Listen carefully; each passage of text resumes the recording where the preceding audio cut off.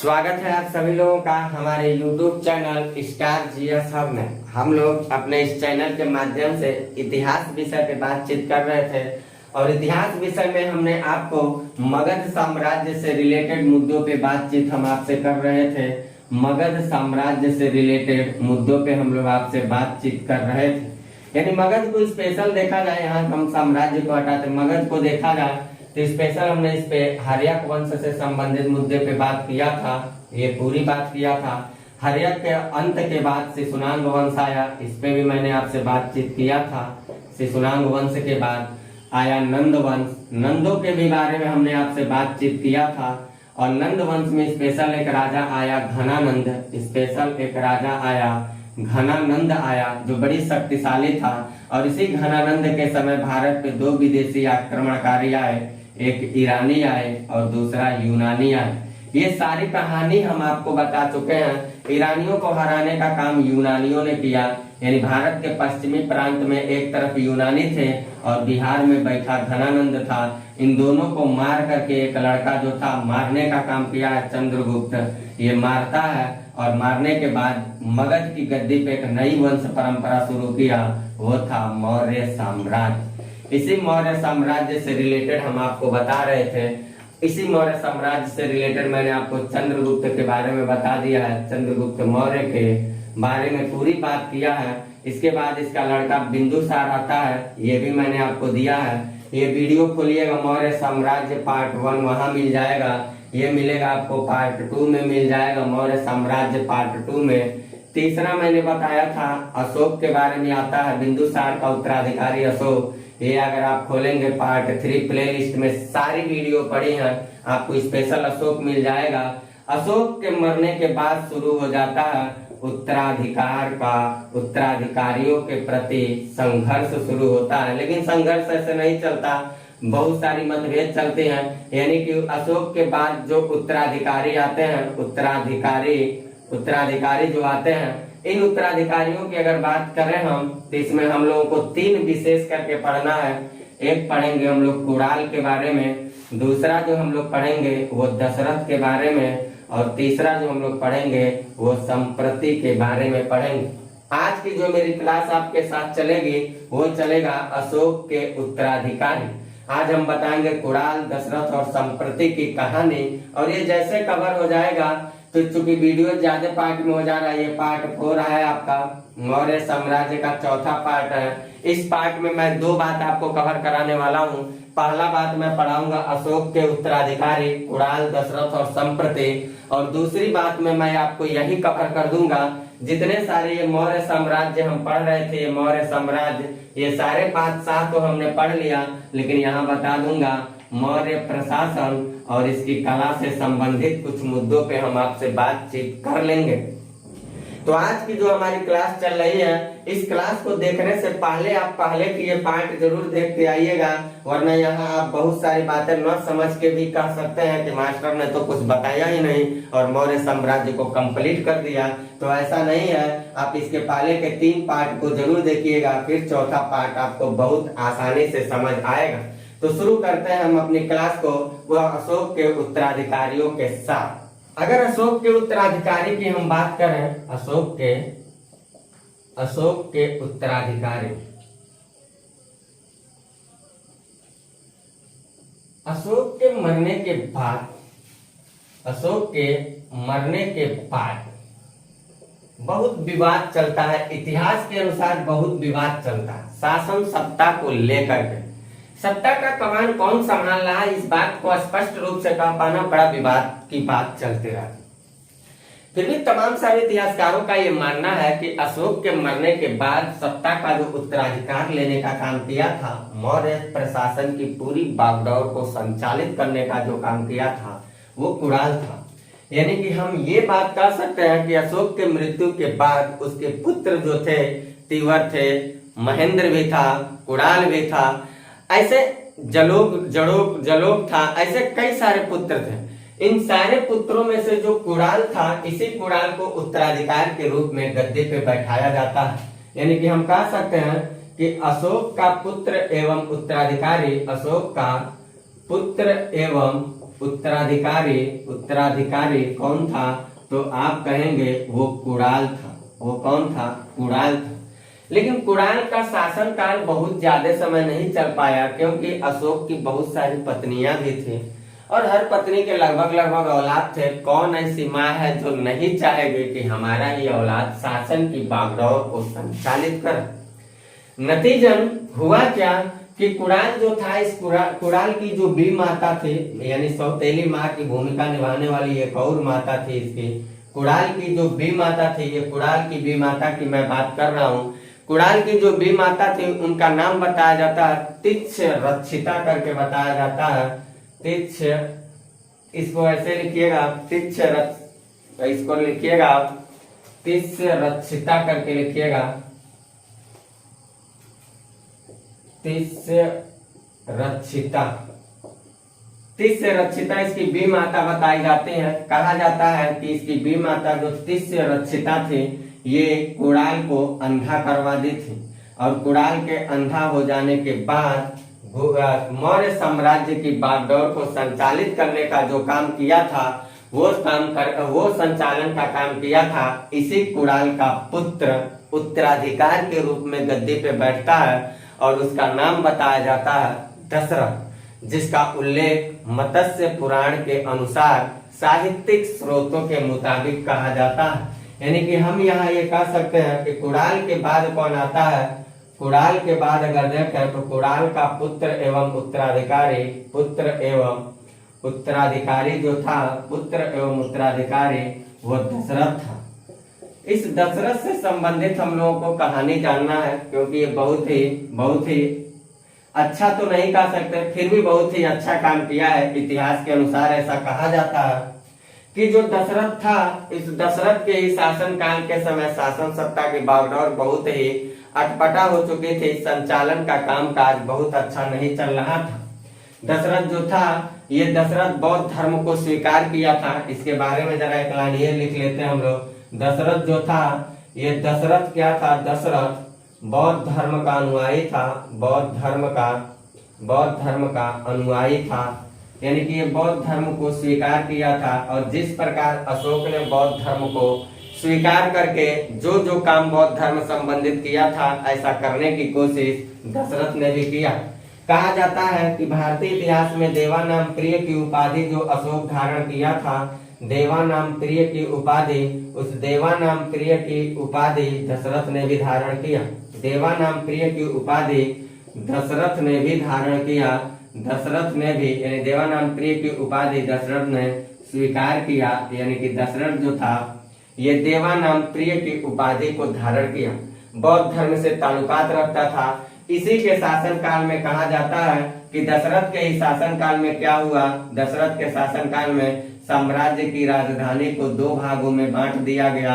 एक पूर्वी हिस्सा बनाया गया, एक पूर्वी क्षेत्र बना, और दूसरा जो बना वो बना था पश्चिमी क्षेत्र बना था। इन दो हिस्सों में दशरथ के शासनकाल में राजधानी को दो हिस्सों में बांट दिया गया, एक पूर्वी और एक पश्चिमी। यानी कि राजधानी बना दो, एक बना पाटलिपुत्र और एक बना उज्जैन।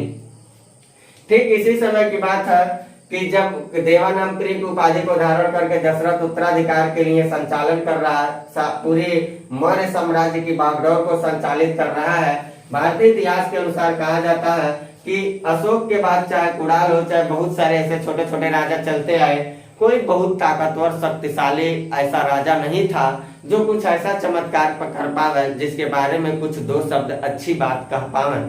ऐसा कोई नहीं था। अगर अशोक के उत्तराधिकारियों में दो बात कहने के लायक कोई शासक बचता है तो वो बचता है संप्रति। वो बचता है संप्रति, यानी कि संप्रति इसके बाद जो शासन कर रहा है एक क्षेत्र पर, वो है संप्रति। इसके बारे में हम लोगों को दो चार बातें ये जानना है कि संप्रति जो था ये जैन धर्म का अनुयायी था। जैन धर्म का अनुयायी था संप्रति, जैन धर्म का अनुयायी था। और कहा जाता है कि जो जो काम चंद्रगुप्त मौर्य ने जैन धर्म को स्वीकार करके किया था, कुछ ऐसा ही काम इसने भी, संप्रति ने भी जैन धर्म को स्वीकार करके करने का काम किया। जैन धर्म का अनुयायी ये भी था और जैन धर्म को स्वीकार करने के बाद कहा जाता है कि संप्रति बिल्कुल चंद्रगुप्त मौर्य की नीतियों का पालन किया, लेकिन इसके भी शासनकाल में साम्राज्य की दुखद स्थिति को ध्यान में रखते हुए और शारीरिक रूप से समस्याएं होने के कारण संप्रति जो था वो क्या किया, संप्रति ने काया क्लेश प्रथा का पालन किया, जैसे चंद्रगुप्त मौर्य ने किया, काया क्लेश का पालन किया। और हमने जैन धर्म पढ़ाते समय आपको बताया था कि जैन धर्म की जो संथारा काया क्लेश या संलेखना प्रथा है, उसमें कहा गया है कि एक सच्चा जैन धर्म का अनुयायी वही होगा जो अगर बीमार पड़ जाए, उसको पता चल जाए कि मैं जीवित नहीं रह पाऊंगा, या जो किसी की मदद करने के लायक न हो, तो ऐसे जैन धर्म के अनुयायी को स्वयं आत्महत्या करने की बात कही गई थी, यानी कि काया क्लेश प्रथा का पालन करके वो जीवन को त्याग सकता है। इसीलिए संप्रति ने क्या किया, जिस प्रकार चंद्रगुप्त मौर्य ने गद्दी पे बैठने के बाद मगध पे पड़े हुए अकालों का सामना करना तो चाहा लेकिन नहीं कर पाया, तो चंद्रगुप्त मौर्य के बारे में मैंने आपको बताया था कि वहां मगध की गद्दी पे तो बैठा था चंद्रगुप्त मौर्य, लेकिन यह नहीं कर पाने की वजह से अकाल का निपटारा वो सीधे आता है कर्नाटक में। और कर्नाटक में वो कहा जाता है, कर्नाटक में स्पेशल जाता है श्रवणबेलगोला नामक स्थान पर, श्रवणबेलगोला नामक, यहाँ लिख लीजिएगा, श्रवणबेलगोला नामक स्थान पर जो चंद्रगिरी पहाड़ी के आसपास थे, यहाँ जाता है और यहाँ आकर के चंद्रगुप्त मौर्य अपने आप को संथारा प्रथा काया क्लेश प्रथा के माध्यम से शरीर को त्याग देता है। वही काम बिल्कुल संप्रति ने भी किया, जैन धर्म का अनुयायी था, लेकिन समाज सेवा और शारीरिक पीड़ा को न सहन कर पाने के वजह से संप्रति क्या करता है, मगध से आता है, कर्नाटक की मैसूर पहाड़ी के आसपास जाता है और मैसूर पहाड़ी के आसपास जाकर के अपने जीवन को त्याग देता है। इसके मर जाने के बाद मौर्य साम्राज्य में कोई ऐसा शक्तिशाली शासक नहीं था जो मौर्य साम्राज्य की बागडोर को संभाल पावे। यही कारण है कि मौर्य साम्राज्य में ऐसी कमजोर हो रही स्थिति का फायदा उठाने के लिए एक शासक आता है बृहद्रथ, जिसका नाम बताया जाता है। जब ये शासन कर रहा था तो इसके शासन के समय इसका एक सेनापति था जिसका नाम पुष्यमित्र बताया जाता है। जिसका नाम इसका एक सेनापति था जिसका नाम पुष्यमित्र बताया जाता है। ये शुंग था। ये क्या करता है, जो पुष्यमित्र शुंग था, ये पुष्यमित्र शुंग मौर्य साम्राज्य की कमजोर हो रही स्थिति का फायदा उठाते हुए 185 ईसा पूर्व के आसपास बृहद्रथ को खत्म कर देता है और खत्म कर देने के बाद मगध पर नई वंश परंपरा की शुरुआत करता है। और वो वंश परंपरा आती है शिशुनांग वंश के नाम से, यानी कि शुंग वंश के नाम से। शिशुनांग हम लोग पढ़ चुके हैं, शुंग वंश के नाम से आती है। यानी कि यहाँ आप लोगों को याद रखने वाली जो बात है वो यह है कि बृहद्रथ का सेनापति पुष्यमित्र शुंग ने 185 ईसा पूर्व के आसपास अपने शासक बृहद्रथ की हत्या करके मगध की सत्ता को खत्म कर देता, मौर्यों की सत्ता को खत्म कर देता है। और खत्म करने के बाद एक नई वंश परंपरा लेके आता है जिसे हम लोग कहते हैं शुंग वंश। यानी कि जो मगध का बार बार मैं डायरेक्शन बनाता हूँ, इसमें मैं एक बताया आपको अभी हर्यक वंश, दूसरा मैंने बताया शिशुनांग वंश, तीसरा मैंने क्या आपको बताया नंद वंश, चौथा मैंने बताया इसके बाद आए थे विदेशी, इसके बाद आए थे मैंने ऐसा बताया ईरानी और यूनानी आए थे। फिर नंदों के बाद मैंने बताया आपको मौर्य वंश। मौर्यों के बाद इस मगध की गद्दी पे अब कौन आएगा साहब, तो कहिएगा शुंग वंश। अब शुंग वंश जो होगा, मौर्यों के बाद जो शुंग वंश आएगा, इस शुंग वंश के बाद हम लोग देखेंगे, शुंग वंश के बाद आएगा, शुंग वंश के बाद हम लोग पढ़ेंगे पांडव वंश पढ़ेंगे, फिर उसके बाद सातवाहन वंश पढ़ेंगे। ऐसे करते करते हम लोग पढ़ते चले जाएंगे, आगे की कहानी हम आगे बताएंगे। यहाँ बस मेरा बताने का मतलब ये था कि मौर्यों के पतन के बाद जो नई परंपरा शुरू होगी वो होगी शुंग वंश। इतनी सारी बातों को आप याद रखिए उत्तराधिकारी से संबंधित। अब मैं इस वीडियो में आपको दूसरी बात बताने चल रहा हूँ और वो बात है मौर्य प्रशासन से संबंधित और कुछ कला संस्कृति से संबंधित सारे महत्वपूर्ण तथ्य जो मौर्य काल के राजाओं को पढ़ाते समय मैंने नहीं बताया, उन सारे मुद्दों पे बातचीत करता हूँ। यहाँ जरा एक बात आप याद रखिएगा, यहाँ जरा हम एक चीज छोड़ रहे हैं, उसको जरा याद रखिएगा। वो ये है कि जो दशरथ था, ये दशरथ जिस तरह से अशोक ने बराबर की पहाड़ी में आजीवक संप्रदाय को रहने के लिए गुफा दान किया था, कर्ज चौपार सुदामा विश्व झोपड़ी लोमास ऋषि मैंने बताया, उसी प्रकार दशरथ ने भी आजीवक संप्रदाय को रहने के लिए, यानी कि आजीवक संप्रदाय के लिए दशरथ ने भी क्या किया है, आजीवक संप्रदाय के लिए, यहाँ दशरथ से रिलेटेड बात को जरा याद रखिएगा, क्या किया है, ये वो बराबर की पहाड़ी में बनाया था गुफा, ये नागार्जुन की पहाड़ी में गुफा बनाता है, यानी कि इसको याद रखिएगा। ये क्या करता है, नागार्जुन की पहाड़ी में, बिहार के नागार्जुन की पहाड़ी में गुफा बनाता है। और नागार्जुन की पहाड़ी में कौन कौन सी गुफा बनाता है साहब, तो एक गुफा इसका जो याद रखिएगा, इसने वो 4 गुफा बनवाया था, लेकिन इसका 3 गुफा आपको याद रखना है। एक गुफा आपको याद रखना गोपी या गोपिका गुफा इसको कहा जाता है, गोपी या गोपिका गुफा कहा जाता है। दूसरा जो है वो है वादालहिक गुफा, दूसरा जो है वो है वादालहिक गुफा, वादालहिक गुफा। और तीसरा जो है वो है वाहिजक गुफा, वाहिजक गुफा। तो ये 3 गुफाएं जो है ये स्पेशल दशरथ बनवा के आजीवक संप्रदाय के लोगों को दान कर देता है। ये बात जरा यहाँ नोट कर लीजिएगा, हमारे ध्यान से उतर गया। ये बात मैं रिकॉल करवा देता हूँ। अशोक के उत्तराधिकारी में पहले खुराल आता है उत्तराधिकार बन के, इसकी भी माता तिष्यरक्षिता इसको अंधा करवाती हैं। इसके बाद आता है दशरथ। दशरथ के समय राजधानी पूर्वी पश्चिमी क्षेत्र में विभाजित हो जाती है। ये दशरथ बौद्ध धर्म को स्वीकार करने वाला और देवानाम प्रिय की उपाधि को धारण करने वाला बादशाह था, बिल्कुल अशोक की तरह काम करता था। अशोक ने भी आजीवक संप्रदाय के लिए गुफाएं 4 को दान कराया था और ये 3 गुफा दान करवाया है, गोपी वादालहिक वाहिजक। और वो मैंने बताया था कि वो करवाया था कर्ज चौपाट विश्व झोपड़ी सुदामा और लोमास ऋषि गुफा करवाया था, वो करवाया बिहार की बराबर पहाड़ी में, और ये करवा रहा है नागार्जुन की पहाड़ी में। ये सारे कंटेंट आपको याद रखना। इसी के समकक्ष आ रहा है शासक संप्रति।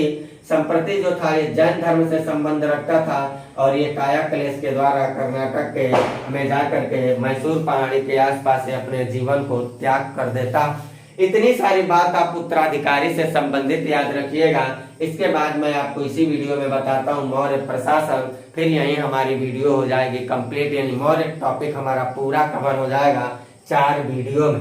3 वीडियो इसके पहले मैं दे चुका हूँ। मौर्य वंश का अंतिम शासक यहाँ मैं लिखा हूँ बृहदत्त था, जिसका सेनापति पुष्य मित्र शुंग ने 185 ईसा पूर्व के आसपास उसको खत्म कर देता है और मौर्यों के जगह पर एक नई वंश परंपरा लॉन्च करता है। वो परंपरा है शुंग वंश।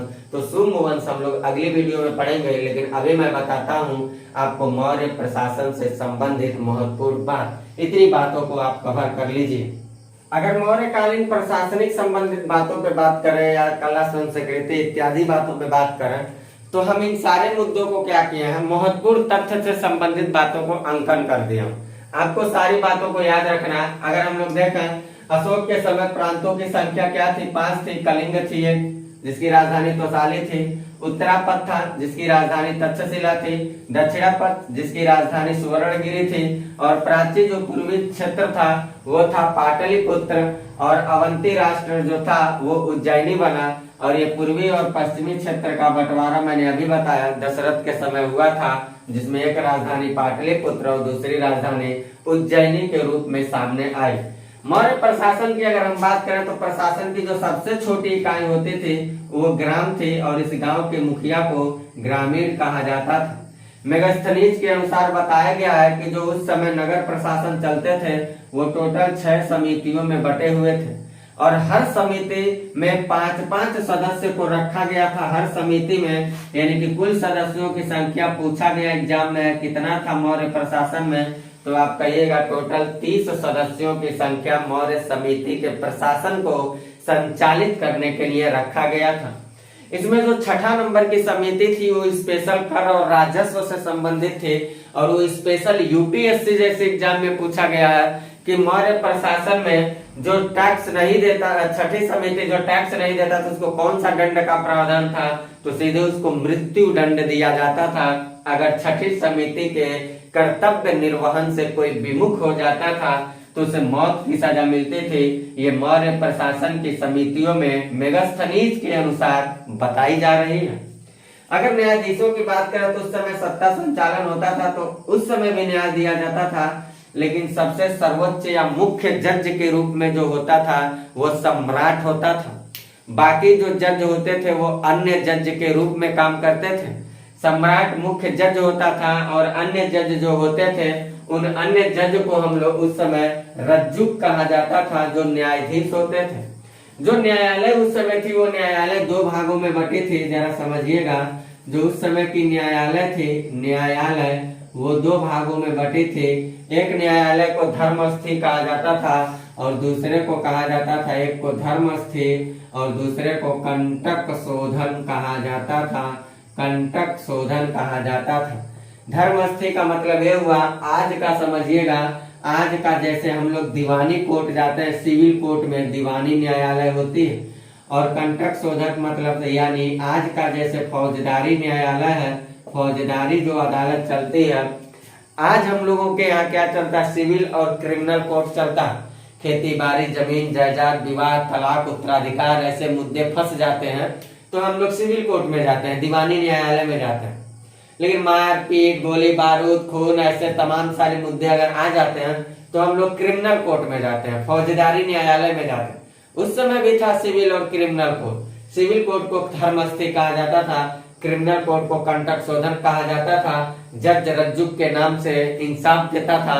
मसला अगर फंस जाता था तो मुख्य जज यानी कि सम्राट के हाथों में था, चाहे वो जो फैसला कर दे।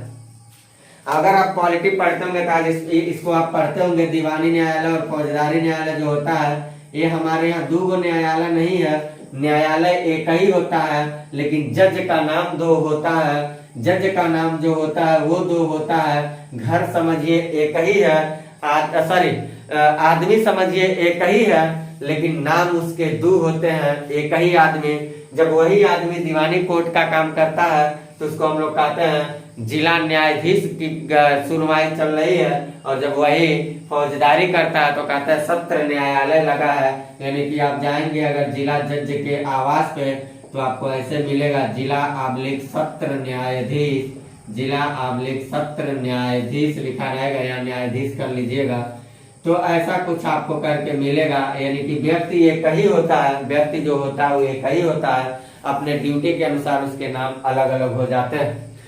इसके अलावा अगर आते हैं मौर्य काल में, तो मौर्य काल में जो सरकारी भूमि होती थी उसको सीता भूमि कहा जाता था, और इस सीता भूमि से जो टैक्सेज आते थे उसको सीता कहा जाता था। जो इससे कर आता था उसको सीता कहा जाता था, और इस कर को वसूलने वाला जो अधिकारी होता था, इन अधिकारियों में उसका भी एक नाम लिख लीजिएगा, उसको सीता अध्यक्ष कहा जाता था। मैं यहाँ लिख देता हूँ, उसको सीता अध्यक्ष कहा जाता था। यहाँ सीता भूमि है तो सीता अध्यक्ष ऐसे लिख लीजिएगा, सीता अध्यक्ष कहा जाता। ये इसको भी यही मौर्यकालीन अधिकारी में आप जब्त कर लीजिएगा। मौर्य युगीन अधिकारी की बात करें तो सीता अध्यक्ष होता था, जो सीता को वसूली करता था। सीता मतलब कर होता था, टैक्स होता था। सीता भूमि से जो मतलब सरकारी भूमि को कहते हैं सीता भूमि, और इस भूमि से जो टैक्स वसूला जाता था उसको सीता कहा जाता था। जो वसूलने वाला अधिकारी था वो सीता अध्यक्ष कहलाता था। पोतवाध्यक्ष जो अधिकारी था ये तौल माप से संबंधित काम करता था। पर्याध्यक्ष जो होता था ये कमर्शियल डिपार्टमेंट का हेड ऑफ डिपार्टमेंट था। जो लक्षणाध्यक्ष होता था ये सिक्का जारी करने वाला अधिकारी होता था। सोनाध्यक्ष जो होता था बूचड़ खाना से संबंधित अधिकारी होता था। और ये पीसीएस आरओ दोनों का पूछा हुआ सवाल है।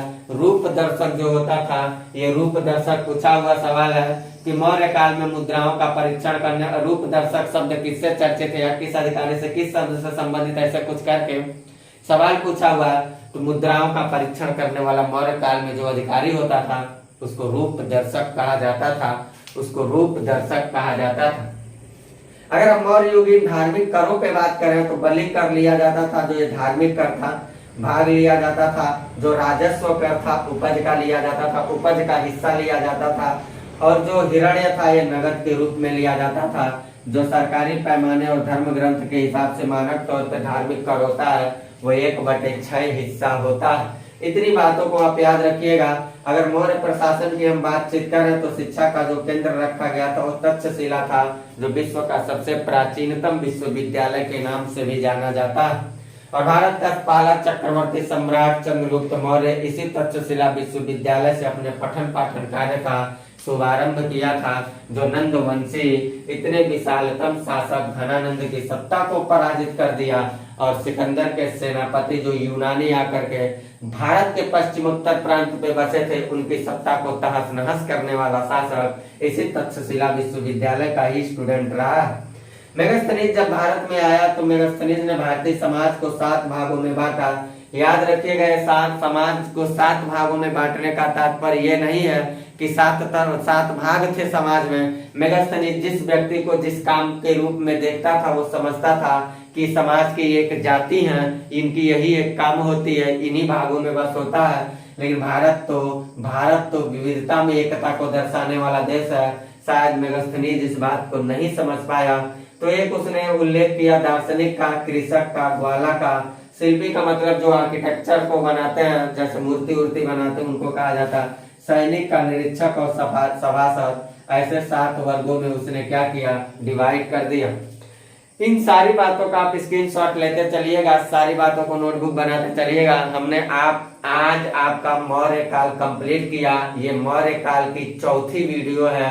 3 वीडियो इसके पहले मैं डाल चुका हूं, जिसमें एक स्पेशल चंद्रगुप्त मौर्य से संबंधित बात किया हूं, दूसरी वीडियो में बिंदुसार से रिलेटेड बात किया हूं, तीसरी वीडियो में मैं अशोक से रिलेटेड बात किया हूं और चौथी वीडियो में हम अशोक के उत्तराधिकारी प्लस मौर्य प्रशासन और मौर्य काल से संबंधित कुछ महत्वपूर्ण शब्दावली, कला, संस्कृति से ताल्लुकात रखने वाले विभिन्न मुद्दों पे आपसे बातचीत किया। इसमें एक बात मैं नहीं लिखा हूं, अपने नोटबुक में आप कवर करते चलिएगा, वो भी पीसीएस का ही सवाल है, उसको कवर करते चलिएगा। और वो ये है कि चंद्रगुप्त मौर्य का जो भव्य राज प्रसाद मिलता है लकड़ी के भवन का, वो कहाँ से मिलता है, तो उसका मैं यहीं का नाम लिख देता हूँ, इसको मैं इरेज कर देता हूँ, यहीं लिख देता हूँ, उसको याद रखिएगा।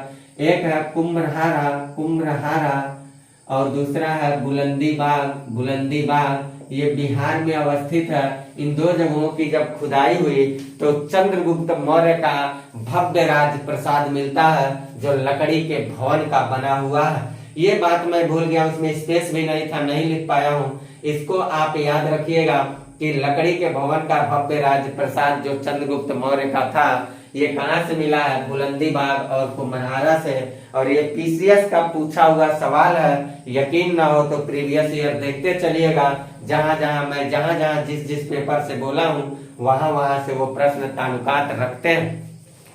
अगली क्लास के साथ जब मैं आपसे मिलता हूँ, ये मौर्य का साम्राज्य को आज मैं यही कवर कर दिया। अगली क्लास में जब हम आपसे मिलते हैं तो मौर्योत्तर काल से रिलेटेड मुद्दों पे बातचीत हम लोग करेंगे। और अगर आप हमारे चैनल से नए जुड़े हैं तो चैनल को सब्सक्राइब करते चलिएगा, बेल आइकन को जरूर दबाइएगा, वीडियो को लाइक शेयर करना तो एकदम मत भूलिएगा, क्योंकि आप कई लोगों के साथ सहयोग पे मैं अपनी निरंतरता को बनाए रख पाऊंगा। और मैं आशा भी करता हूं कि आप लोग हमारा साथ और सहयोग देंगे और हम आपकी प्रतियोगी परीक्षाओं को ध्यान में रखते हुए पूरी गुणवत्तापूर्ण कंटेंट को उपलब्ध कराता रहूंगा अपने YouTube channel star GS hub के माध्यम से। तो मिलते हैं अगली क्लास में, हम आपसे लेता हूं, तब तक के लिए इजाजत, बाय, बेस्ट ऑफ लक।